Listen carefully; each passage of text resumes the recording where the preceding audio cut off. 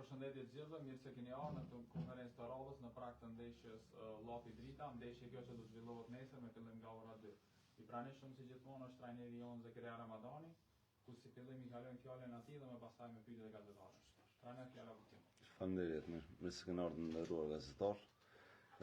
E dim që nesër është një derbi përballë Llapit, një skuadër me shumë kvalitet brenda grupit, një skuadër që ndoshta mbas kvalitetit nuk meriton vendin ku është në tabel, por gjithmonë Llapi është i rrezikshëm për kvalitetin që ka brenda dhe është shumë i rrezikshëm kur bëhet fjalë me derbi me skuadrat rivale që i ka gjithmonë siç jemi ne dhe në PDUEF kemi bërë ndeshje mjaft të vështira me ta dhe jam i bindur që edhe nesër nuk do të jetë lehtë, shumë ndeshje e vështirë.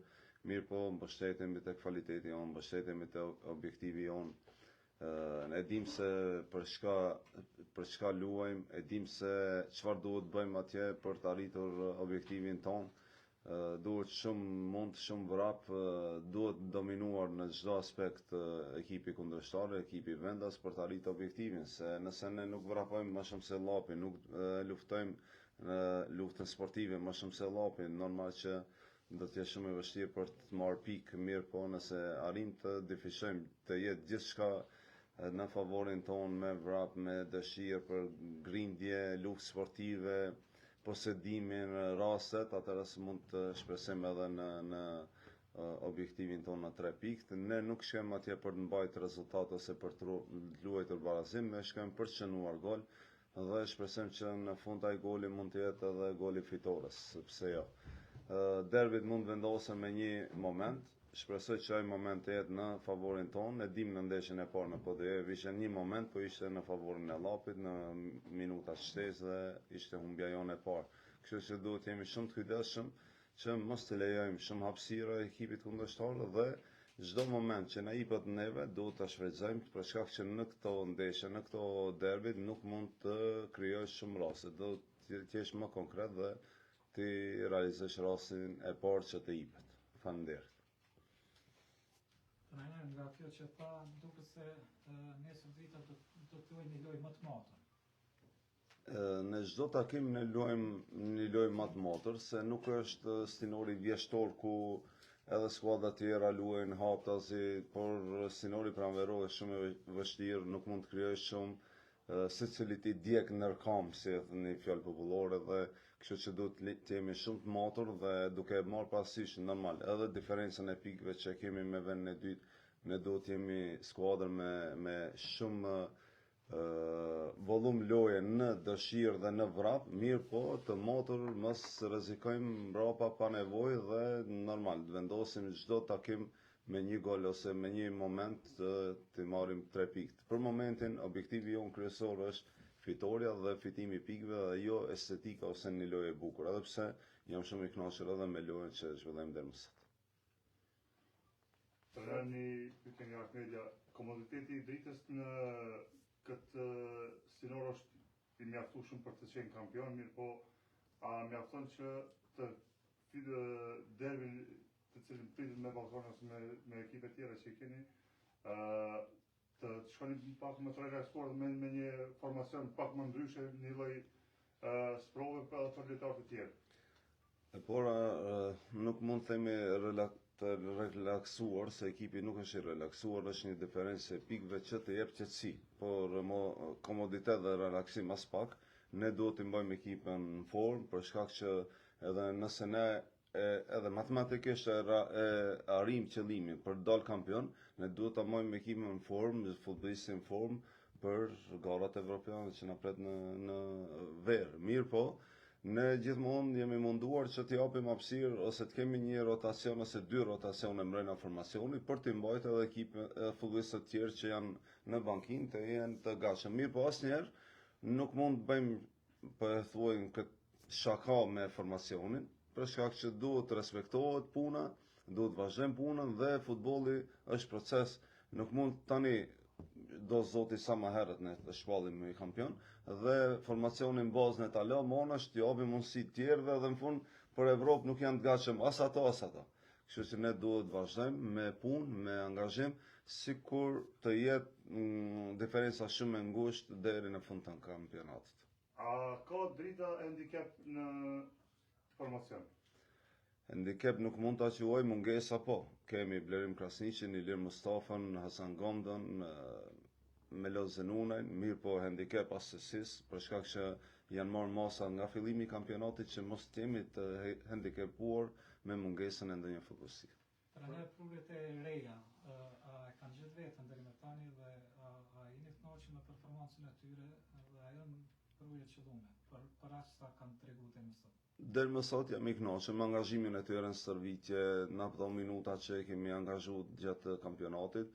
Mirë po, unë mendoj që akoma nuk kanë pas mundësim për të tregu potencialin e tyre real që kanë, për shkak që duhet me dhënë mundësi nga fillimi i ndeshjeve, mirë po, duhet pak kohë, pak më tepër kohë, për shkak që janë të huaj dhe sistemi jon, modeli jon, me të vërtet është pak më, ju duhet pak më tepër kohë për ta kuptuar dhe për të ambientuar sa më mirë. Me atmosferën, me futbollistët tjerë që javën e parë janë i shoh që dalin bosqeshur, bëjnë shaka me futbollistat tjerë, shoqënohen dhe kjo më gëzon që në aspektin psikologjik ato janë ambientuar shumë shpejt. Por kjo puna taktike duhet pak më tepër. Trajner, kthehemi pak te deklaratat tuaja që akoma edhe në këtë situatë në cilën jeni shumë të favorshme janë mund konstatohen si të motra. Ndërkohë që analistit dëgjojmë nëpër studio të ndryshme që në një farë mënyrë thonë se drita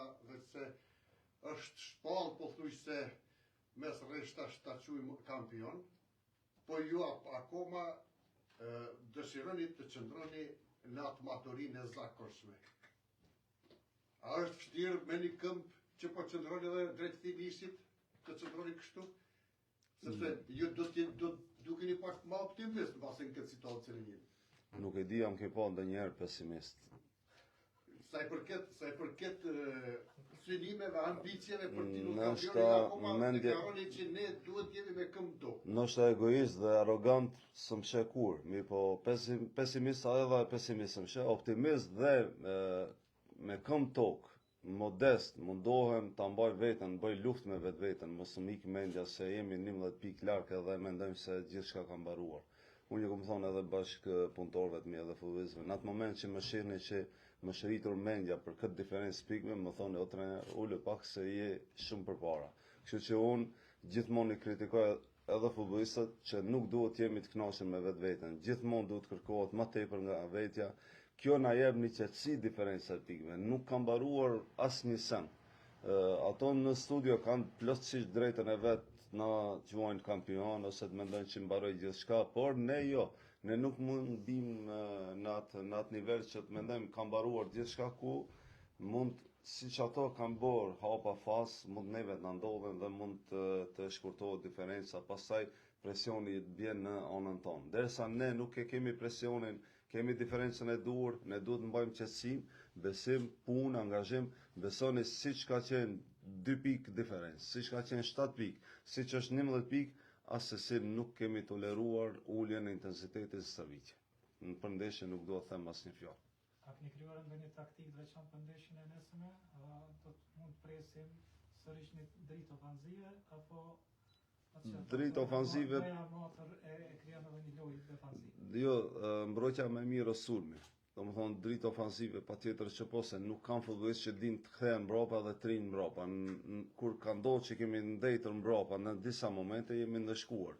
Kur kemi qenë shumë më përpara, më afër golit kundërshtar, kemi qenë shumë mirë edhe në aspektin mbrojtës parë edhe në aspektin e sulmit. Kështu që taktik tjetër nuk ka. Unë jam i kënaqur me inteligjencën e futbollistëve që çfarëdo që kemi ndryshuar deri më sot, me të vërtetë është kapur shumë mirë nga futbollistët dhe është zbatuar në mënyrë perfekte në fushë. Kështu që edhe nesër i kemi bërë disa analiza, i dim disa pikat dobta të llapit, pikat e forta të llapit. Do mundohemi të mbrohemi aty ku llapi është i fortë dhe të sulmojmë aty ku i ka pikat e dobta llapi. Trajner, po ndeshjen me Ferizajin pjesën e parë ju vënë në vështirësi Ferizajin duke ja mbuluar gjitha pikat. Realisht nesër ju pret një lojë e vështirë ndaj llapit. Presni prapë një ndeshje të tilla, po do të keni përgatitur deri tek ato detajet më të vogla ndeshje. Sa dim ne mundohemi çdo ndeshje ta përgatitim në detajet vogla. Sa dim ne. Ato neve nuk na intereson pozita e tyre dhe gjendja psikologjike e tyre, na intereson ekipi jon. Me Firizojnë normal që ishte ndeshje e vështirë, por nëse e merrni parasysh me statistika, Drita nuk ka shënuar në minutat e para gol, në qerekorshën e parë. Kjo ka normal edhe e keqen, po ka edhe të mirën. Pse ka të keqen? Se duhet ndonjëherë shumë më herët nëse rihap rezultatin, pastaj më ndryshe ecë edhe loja. Mirë, po ka tjetër anë, është një besimi tek puna tek futbollistët, që besojnë se goli do vjen, ne veç duhet punojmë, duhet vazhdojmë me këtë lojë, duhet vazhdojmë me këtë angazhim, goli do vjen, siç ka ardhur pothuajse në çdo takim. Kjo është besimi i madh mes vete futbollistët dhe besimi tek vetja tek secili futbollist. Jo më pak i rëndësishëm është edhe shorti i Kupës Kosovës përballje prapë me Prishtinën dhe Zakeni. Si shihni këtë short? Është mirë që këtë muaj nuk luajmë, është ngarkesë e madhe këto, tani kemi të shtunë, të martës shtunë, por normal, kur bëhet fjalë Kupa dhe Prishtina, dihet që është skuadra me më shumë trofe të fituara. Mirë, po është një mundësi për tu revanshu me atë që ndodhi vitin e kaluar. Nuk jemi si vitin e kaluar, tani kemi kontingjent më të madh të futbollistëve dhe normal, derisa të vjen ajo ndeshje ne nuk e mendojmë fare, po kur të vjen dita ose java së ndeshjes, do angazhohemi, do shohim edhe formën e Prishtinës dhe normal do t'i përqendrohemi në maksimum atij takimi. Mirë, po tani nuk na intereson fare Kupa, jemi përqendruar vetëm tek kampionati. Faleminderit. Atëherë në rast se ka pyetje tjera, faleminderit. Faleminderit.